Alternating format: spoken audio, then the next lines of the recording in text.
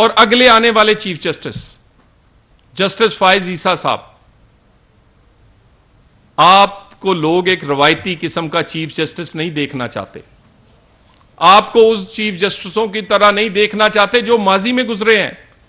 آپ کے کندھوں پر بوجھ ہے پاکستان کی 75 سال کی عدلیہ کے وہ غلط کیے گئے فیصلوں کا، اس کی تصحیح کرنی ہوگی.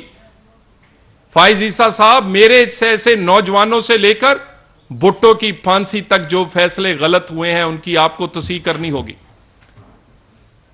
ان فیصلوں پر آپ کو کہنا ہوگا کہ کہاں کہاں عدلیہ، کہاں کہاں اس منصب پر بیٹھے ہوئے لوگوں کو جن کا کام انصاف دینا تھا وہ کسی اور سازش کا شکار ہوئے. لوگوں کو بتا کر تسلیم کرنا ہوگا کہ آپ سے غلطی.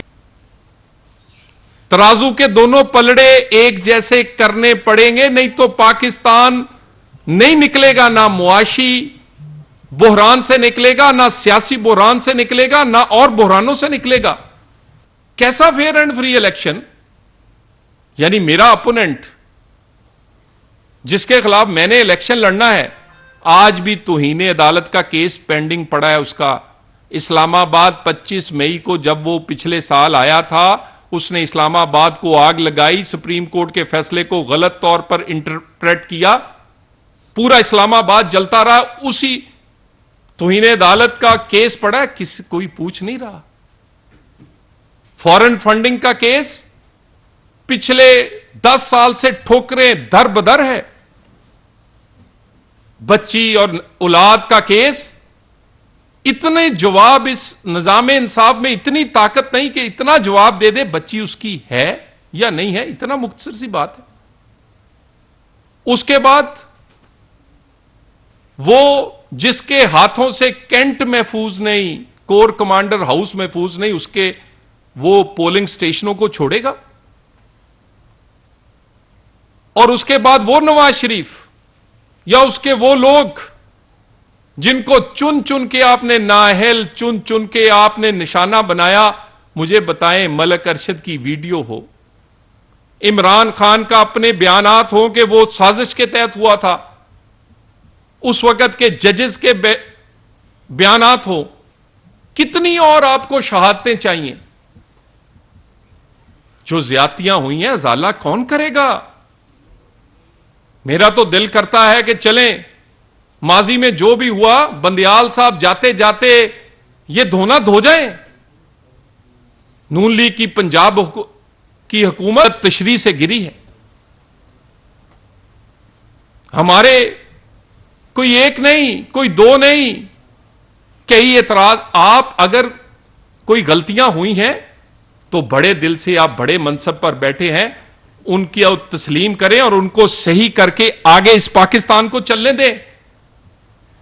نواز شریف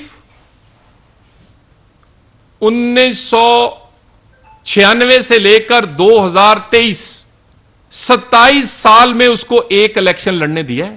27 سال میں نواز شریف کو ایک الیکشن لڑنے دیا ہے.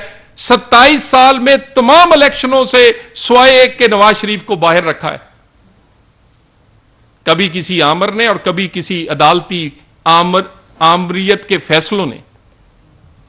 یعنی نواز شریف 27 سال میں ایک الیکشن لڑ سکا ہے. 2002 کا الیکشن نہ لڑ سکا، 8 کا نہ لڑ سکا، 18 کا نہ لڑ سکا، 23 میں ابھی بھی نااہلی اس پر برقرار ہے. جرم کیا ہے؟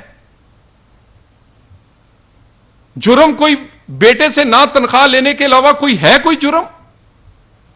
خدا کا واسطہ ہے. کہتے ہیں انصاف، یہ ہمارے مخالف، کہ ہمیں الیکشنوں سے باہر نکالا جا رہا ہے، اور ہمیں 27 سال میں آپ نے سوائے ایک الیکشن کے سارے الیکشنوں سے نواز شریف کو باہر رکھا ہے. ترازو کے دونوں پلڑے ایک جیسے کرنے پڑیں گے، نہیں تو پاکستان نہیں نکلے گا، نہ معاشی بحران سے نکلے گا، نہ سیاسی بحران سے نکلے گا، نہ اور بحرانوں سے نکلے گا. وہ کہتے ہیں جہاں انصاف ہو وہاں سب کچھ ٹھیک چلتا ہے، اور جہاں انصاف نہ ہو رہا ہو وہ ہستا بستا گھر بھی ہستا بستا نہیں رہتا، اجڑ جاتا ہے. اس کی ایک مثال پاکستان کی ہے. میں نے اپنے 5 سال